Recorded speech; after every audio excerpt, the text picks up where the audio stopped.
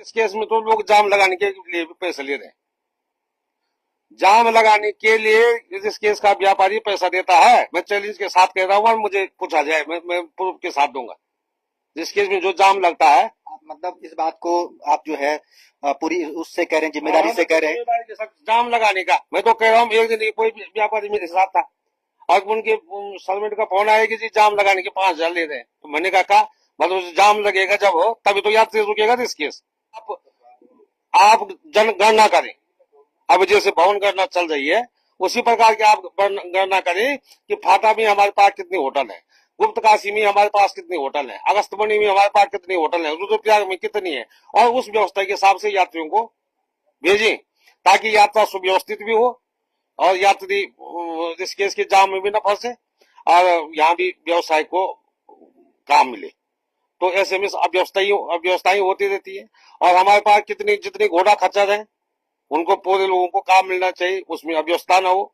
और जो भाई रोजगार के लिए 6 महीने में तो सारे रोजगार के सारे रास्ते बंद हो गए। पहाड़ियों के लिए रोजगार के सारे रास्ते बंद हो गए, कोई भी रास्ता हमारे पास नहीं है। आज BA-BEd करा हुआ लड़का जो है खाली केदारनाथ की यात्रा में नजर रहते हैं। केदारनाथ की यात्रा चलेगी तो हम थोड़ा बहुत काम करेंगे, लेकिन उस यात्रा को भी सरकार व्यवस्थित करती है।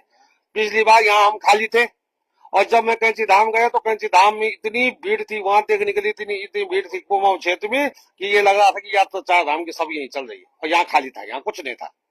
यहाँ तो मैंने पिछली बार भी चैनल के माध्यम से कहा था कि इस केस में तो लोग जाम लगाने के लिए भी पैसे ले रहे हैं। जाम लगाने के लिए इस केस का व्यापारी पैसा देता है। मैं चैलेंज के साथ कह रहा हूँ और मुझे पूछा जाए, मैं प्रूफ के साथ दूंगा।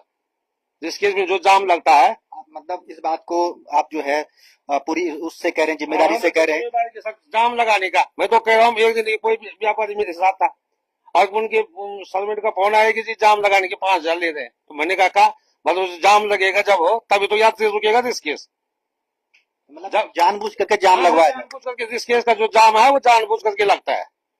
जब जाम लगेगा तो यात्री वहां रुकेगा, तो यात्री सोचता है कि अब कहाँ जाए, अब तो जाम लग गए, अब नहीं जाते ऊपर।